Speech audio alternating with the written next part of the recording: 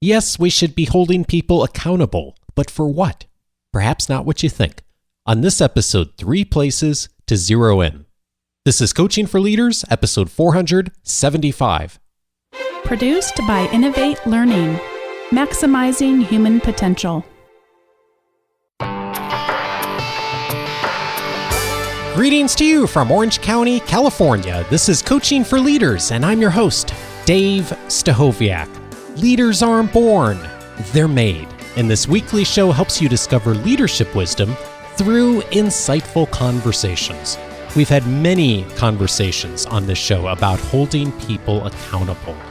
But what do you hold people accountable for? Today, a clear answer to that question, one that so many of us should be utilizing in how we think about accountability, not only for people, but for our organizations. I am thrilled to welcome back to the show someone who has a tremendous amount of expertise in performance measurement. Stacey Barr is a specialist in strategic performance measurement and evidence-based leadership. She is the creator of PUMP, a performance management methodology that routinely transforms measurement cynics into its greatest advocates.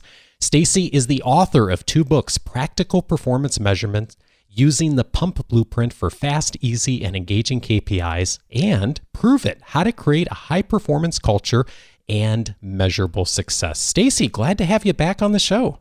I'm super glad to be back, Dave. Thank you. Well, we talked first about a year ago on episode 419, which I'll reference later on for folks who want to go back to it, on performance measurement that creates results and gets results. And we both were pleasantly surprised at how many people reached out. You were gracious to offer a free copy of your book, and something like 300 or 400 people hopped on your website and not only downloaded the book, but you started getting a whole bunch of questions, didn't you? I absolutely did, which is great. I was amazed by the range of questions, but as you well know, and why we're here talking again, is that there was a pretty strong theme among those questions. There was, and no surprise from our audience, folks tended to zero in on the people stuff. And one of the questions that came out pretty regularly was, how do you hold people accountable for hitting targets? And as we sat with that question, and you and I were talking about that question, you had a wonderful response to that, which was, well, you don't. Which was, well, I was like, oh, wait, tell me more. That's fascinating. So let's dive in on that, because that's one of the big things that came out of the last conversation is, okay, so we've heard about this importance for accountability and results and measurement, but it's different when we're talking about people, isn't it? It's completely different.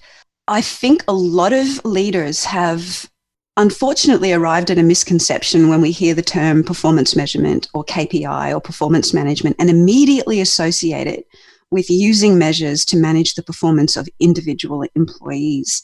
And I get a lot of questions, not just from your wonderful listeners, Dave, but from my own clients and subscribers around the world.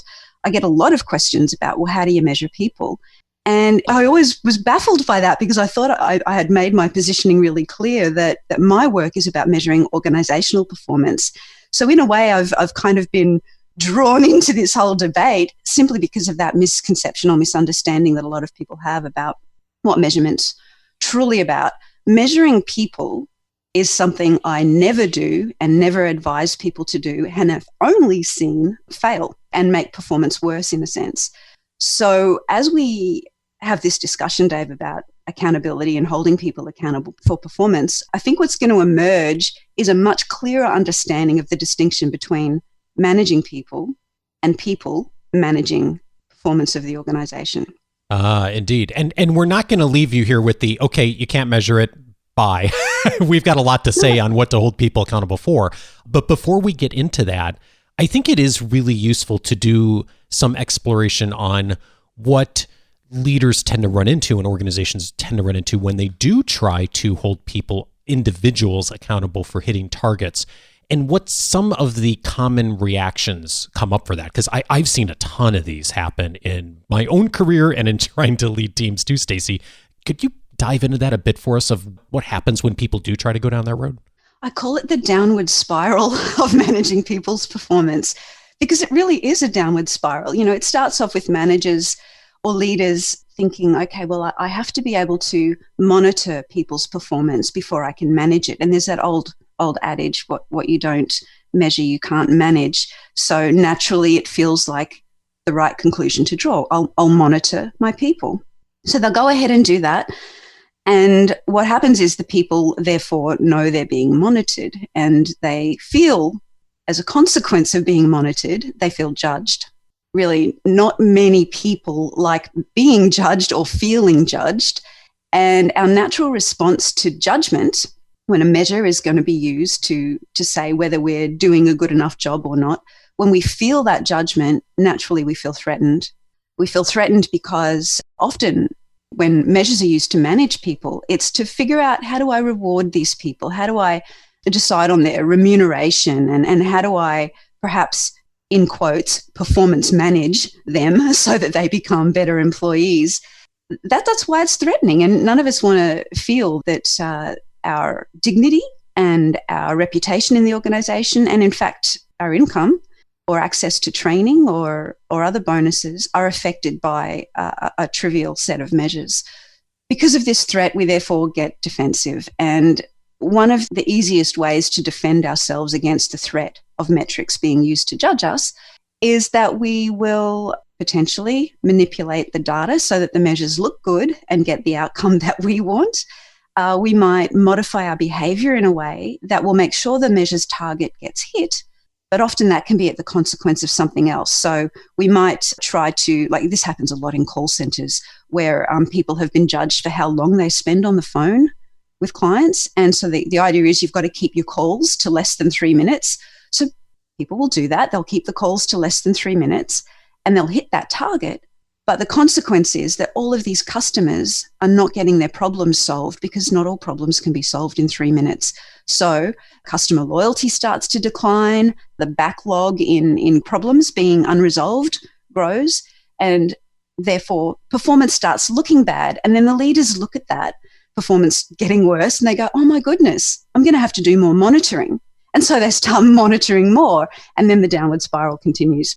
Yeah, and you point out also some of the other challenges and realities that people run into is when there's a very specific target on something and a number to be hit and then it's missed, then there's a lot of the tendency for people to manipulate a bit, or just having the excuse for, well, this was outside of my control, so this variable happened. And you get into this microcosm of analyzing a specific number and you lose the perspective of what you're really trying to do, instead of splitting hairs on individual numbers.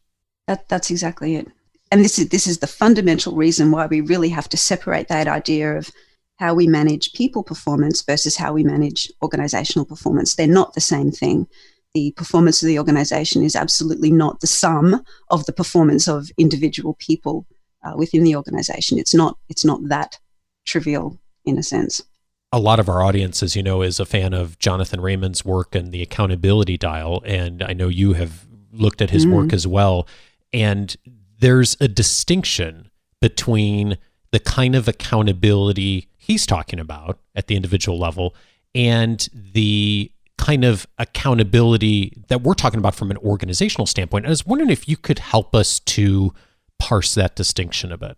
How I understand Jonathan Raymond's work and the accountability dial, it's a very practical and dignifying framework for leaders to have the conversation with individual employees about behaviors that might not be working in the workplace, or the way that person is contributing or not contributing. And it's about having the opportunity to talk with that person in a really bespoke way. It's something very unique and special to the way that person is going, so that the leader can figure out, how can I collaborate with this employee to help them move to a place where they're able to handle certain situations better or behave in a more constructive way or whatever. So it's a dignifying way to help that employee become better at being the employee they need to be, I suppose, maybe even being better at being the person that they want to be.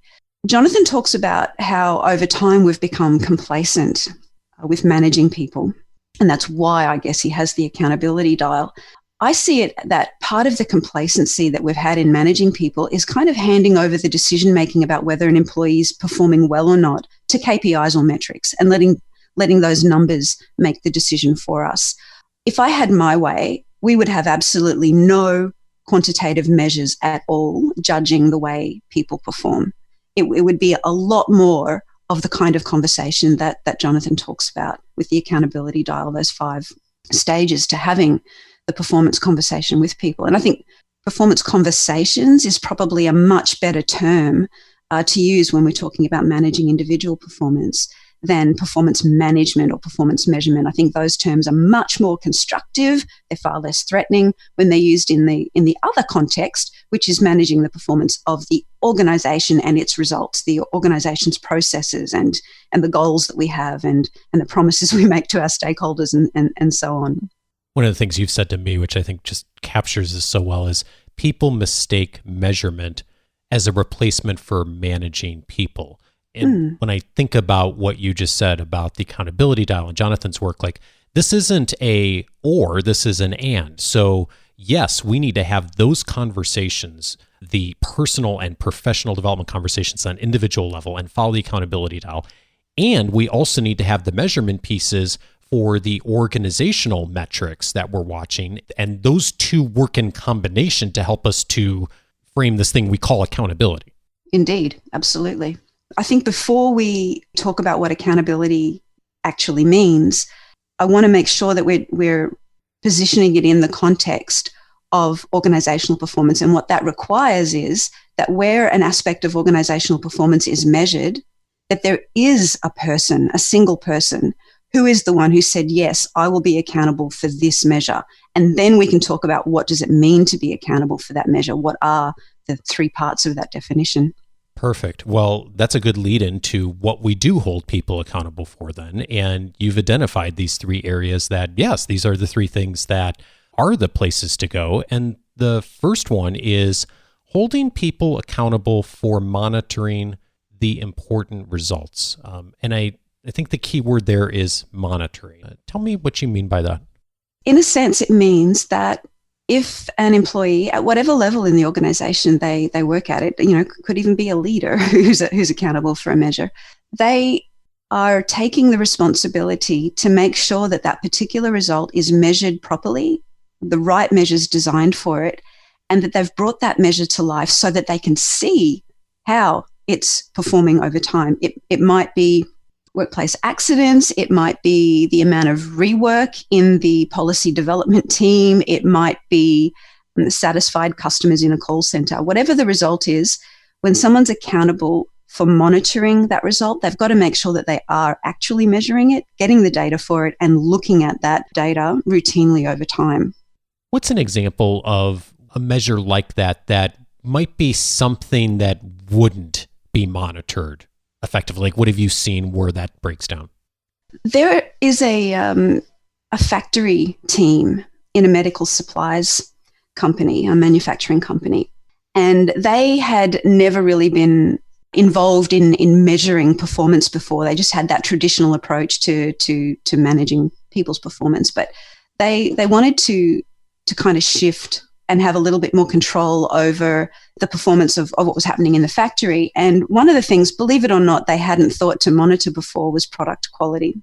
So this team got together and decided how would they measure the different aspects of product quality that really mattered.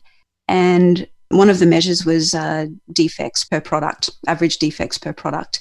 And the team member that was the owner for that knew that they had to make sure that defects per product, that data was actually collected for it, that they were going to monitor that. I think they decided to monitor that monthly. So they'd count up all the defects in a month and all the products they produced in a month and calculate that ratio.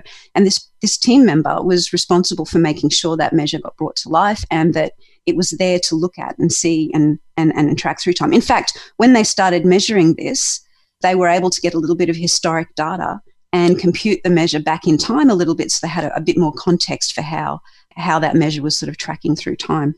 I suppose the tendency is for some of us, thinking back again to human behavior, is if the thing that we're monitoring is not likely to show good results, or if it's not showing the kind of results that the organization perhaps want, there is that tendency to perhaps not be as proactive about monitoring it and doing more with it.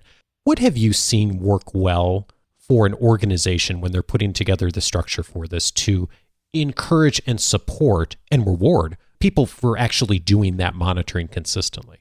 I'm catching a little bit on the word reward, Dave, and I'm kind of glad you used it.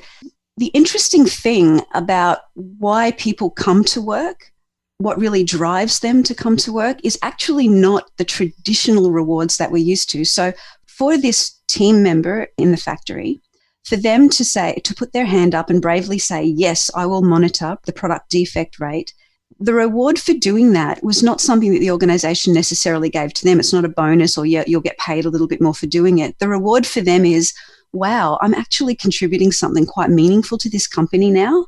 Through me monitoring this measure, I'm helping us be a better company and produce a better quality product and help our clients enjoy the product more and have more success with it. So the intrinsic reward is much more important. And this is what we find very often in establishing this first part of the 3-part accountability piece, is that when people have taken that role in designing the measure and they've put their hand up and volunteered to be the one to monitor it, for the first time ever, they say things like, I actually feel excited about this. I feel excited about measurement. I feel like this is giving me more influence than I ever thought I would have. And that's kind of the reward that they get from it. So it's the ownership and agency to do something that matters to the organization. And then probably going the step further of thinking from a leadership standpoint is that I've done something as a leader to make that apparent explicitly of why we're doing this, why it's important, and framing the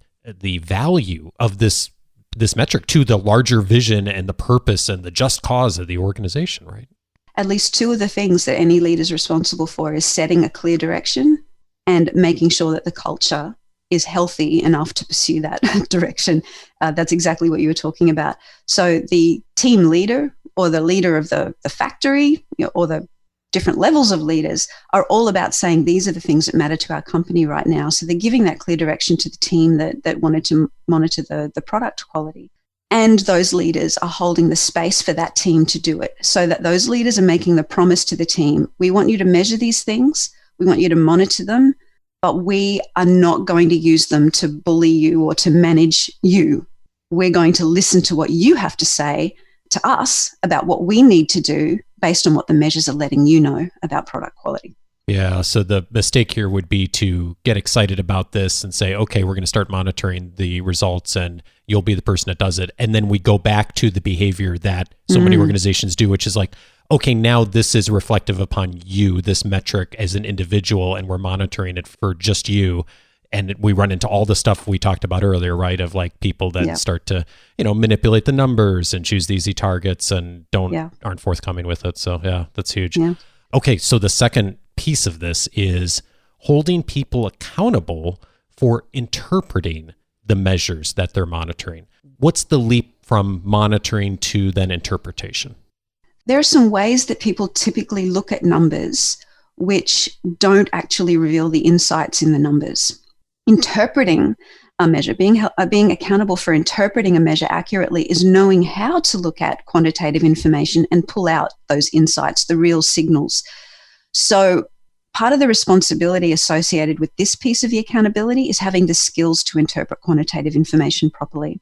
And what that means is, just because this month's product quality is better than last month's product quality, or the defect rate, as we were talking about before, it doesn't mean that things have gotten better.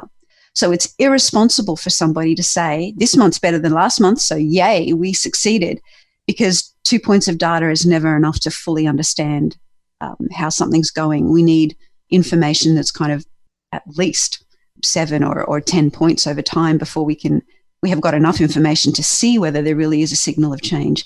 So when individuals are accountable for interpreting a measure, we've got to make sure they've got the skills to interpret the measure validly, and that they can then explain their interpretation to the rest of the team so that they can collaborate and work out what to do. So in the example of the product defect rate, what the owner, the team member who owned that measure, did was use a special kind of chart. Basically, it's a time series chart, and what he was looking at was the number of defects per products produced each month, and he'd plot this in the time series chart. But it was actually more than just a time series chart. It's called an XMR chart. It's one of the statistical tools that has evolved out of the quality movement from last century, which makes it sound so long ago, but yeah, still valid stuff. And it's the best kind of chart to figure out, is performance getting better or is it getting worse? And so this team member understood how to use that chart, understood how to interpret it and explain it. So this was really good, actually, because they got to a point where they had a signal in that chart where a whole lot of the product defect rate values were suddenly a lot lower than the normal average rate of product defects. And after a few months, that team member could actually tell the rest of the team, look, I've interpreted this measure and we have made an improvement. And that really also helps guard against, I'm guessing, just the manipulation that people tend to do. And I actually don't think, I think back on my career and times I've seen this, I don't think most of the time people even consciously are manipulating numbers. I mean, there certainly are those times that people do that in organizations, but I think more often it's I'm not thinking of all the variables and the larger story around this number. I'm getting tied into it's better than it was last month, yay, green light, whatever, but not really thinking about the larger story behind it. And when there is that analysis and that thoughtful interpretation done, you end up getting more of the nuance that you don't get and isn't possible when you're just looking at the number on its face. I think author Jerry Mueller, he wrote a book called The Tyranny of Metrics. He calls that metric fixation, what you just described, where you get this narrowed, blinkered view on just that one measure and you forget the bigger picture, you forget the context, you forget all the other results that are important that this one result you're fixating on relates to. That's another responsibility of leaders, I think, when they want to get this new approach to accountability up and running, is that they need to give that context around which the team's individual, the results they're focusing on, how they link to higher level results in the organization. That's a whole nother can of worms. In Pump, we use a tool called a results map to do that. So perhaps in the show notes, I can provide a link to that if people want to dive into it. Yeah, but it's so important for leaders to give that bigger picture and make the piece that the team is working on, the factory team, the product quality. Why does product quality matter? Well, it matters because we're interested in customer loyalty and we're interested in, when you improve product quality, often you reduce rework and costs and things like that. So there's a bigger context around it for sure. I'm sure you've seen it happen that you have helped an organization to get better at this.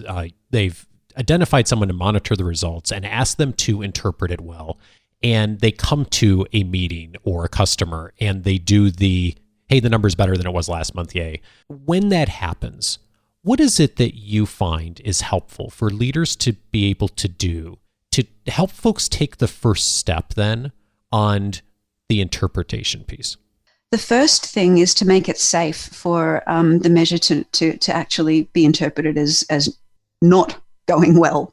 The factory was not quite lucky because they did something deliberate to get the improvement in that measure of the product defect rate. But often when we're interpreting a measure, the story it's not always good news. Sometimes it's, oh my goodness, this thing hasn't changed, even though we've spent months trying to make it change, or this thing is actually getting worse. What are we going to do? So firstly, leaders need to make it safe for that conversation to happen.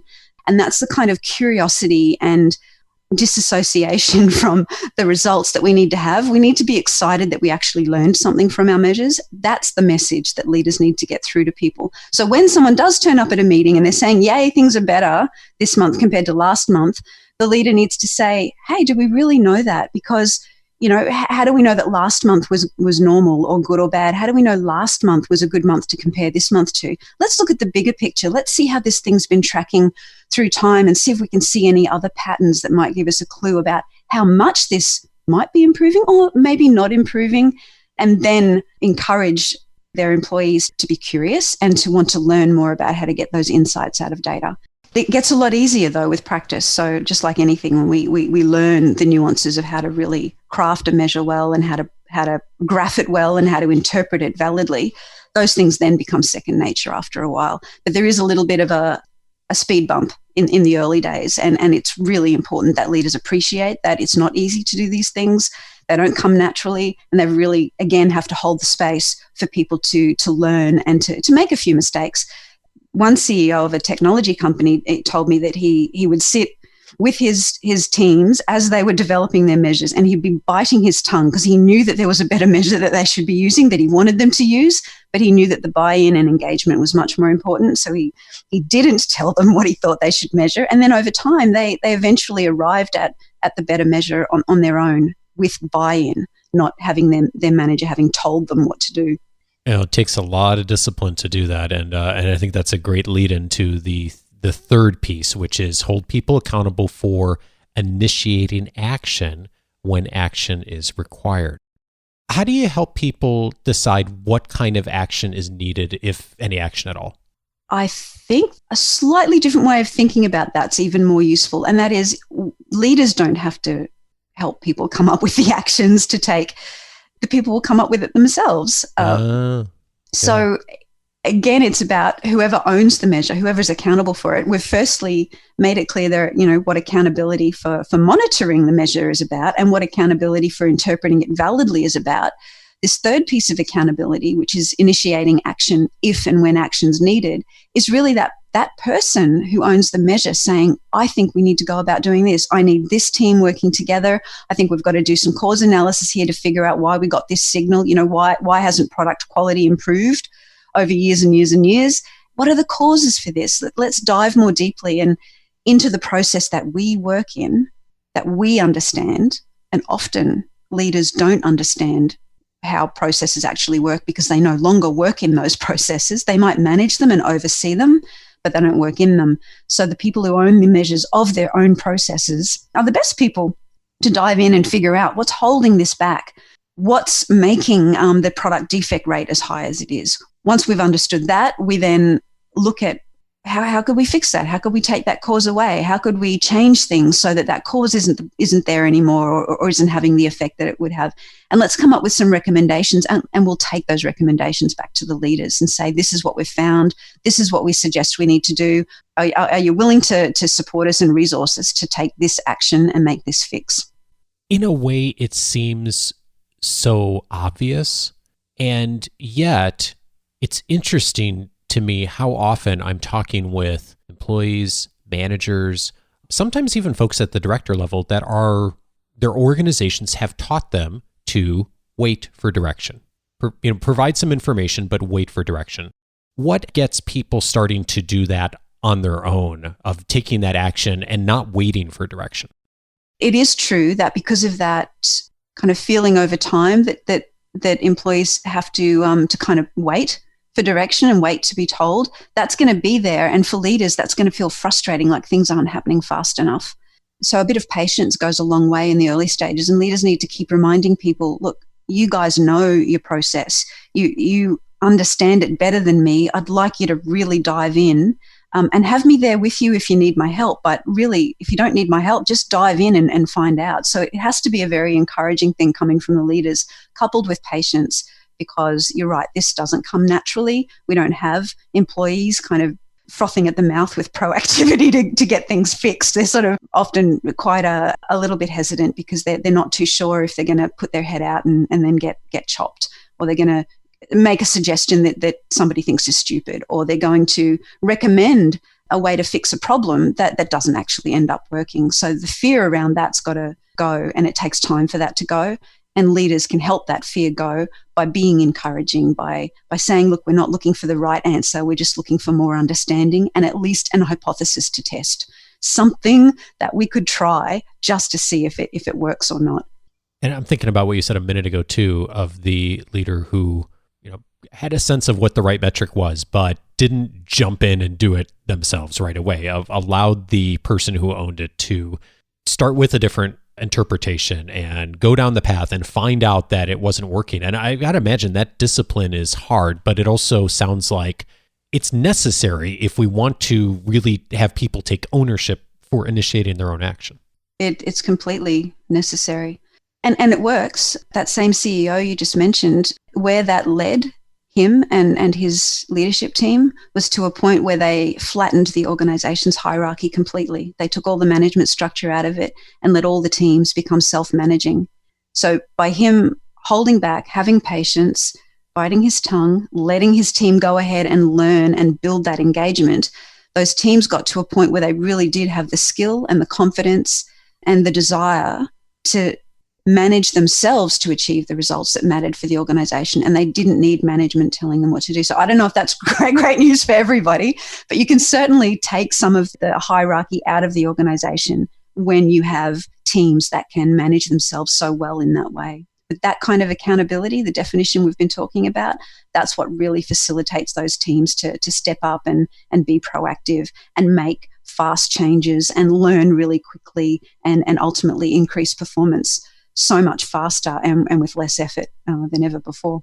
Which is what to hold people accountable for, which is where we started the conversation. Obviously, we hit on a bunch of things not to do, but these three of being able to hold people accountable for monitoring important results, interpreting those measures, and then initiating action. If we're doing those three things consistently, that's good work for us to be doing around accountability at the organizational level. And then, of course, on the personal, professional, career level, the accountability dial from Jonathan Raymond, a great place to enter there. If we're doing those two things well, we're probably doing a lot better than most leaders and most organizations are. So, Stacey, this is super helpful. Thank you so much for this framework. You have been so gracious to support our audience with resources and answering questions. I appreciate it.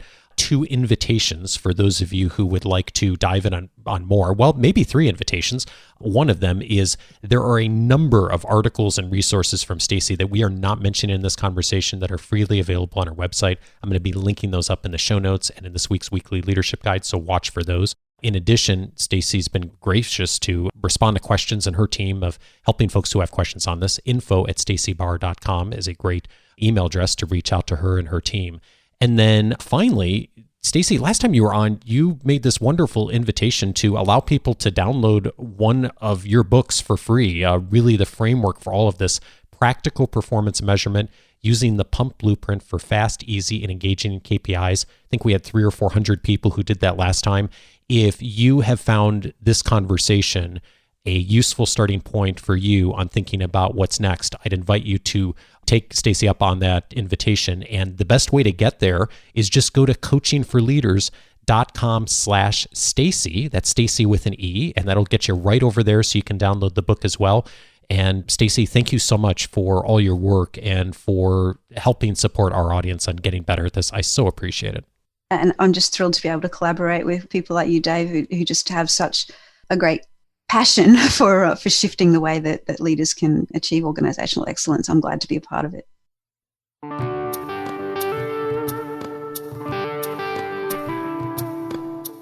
I've linked up to a number of Stacey's articles that will be helpful for more information on this episode's notes. In addition, a link to a free copy of her book, Practical Performance Measurement. So check all that out if you'd like to dive in more. In addition, several related episodes that relate directly to this conversation. One of them is episode 413, Effective Delegation of Authority. You've heard me mention this episode many times. It is such a critical concept for leaders at all levels to do well. And Hassan Osman was my guest. We talked through the details of how to delegate effectively. Of course, that goes right along with accountability. Episode 413, a great framework for you if you'd like to get better at that as well. Also recommended is episode 419. The last time Stacey was on talking about performance measurement that gets results. We tackled some of the common myths about performance measurement, the what not to do, but also in detail how to frame performance measurement effectively for your organization. Tons of notes and reach out to both of us from that conversation. Episode 419 is a wonderful starting point for you if you'd like to dive in more. And then finally, episode 464 was mentioned today, how to balance care and accountability when leading virtually. Jonathan Raymond was my guest. Of course, he is the creator of the Accountability Dial, a wonderful complement to this conversation on when you are holding folks accountable on these 3 areas. How do you do it? And where do you start to go down that path of having good, productive accountability conversations and to be caring for people well at the same time you're doing it?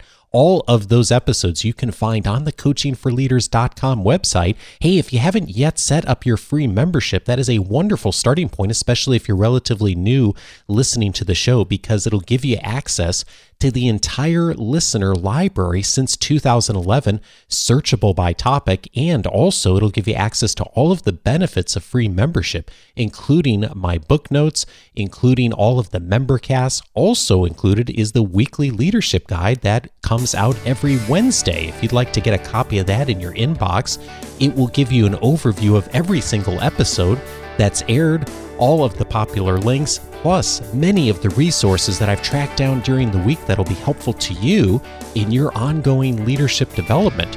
To activate your free membership, just go over to coachingforleaders.com, take about a minute or two, and you'll be up and running on the free membership and have access to everything going forward. Next week, I'm glad to welcome Steve Blank to the show. He's the Silicon Valley entrepreneur and academic behind the Lean Startup movement. He's going to be teaching us how to pivot quickly, an important concept, especially during these times. Join us for that next Monday. Have a wonderful week, and I look forward to our next conversation. Take care.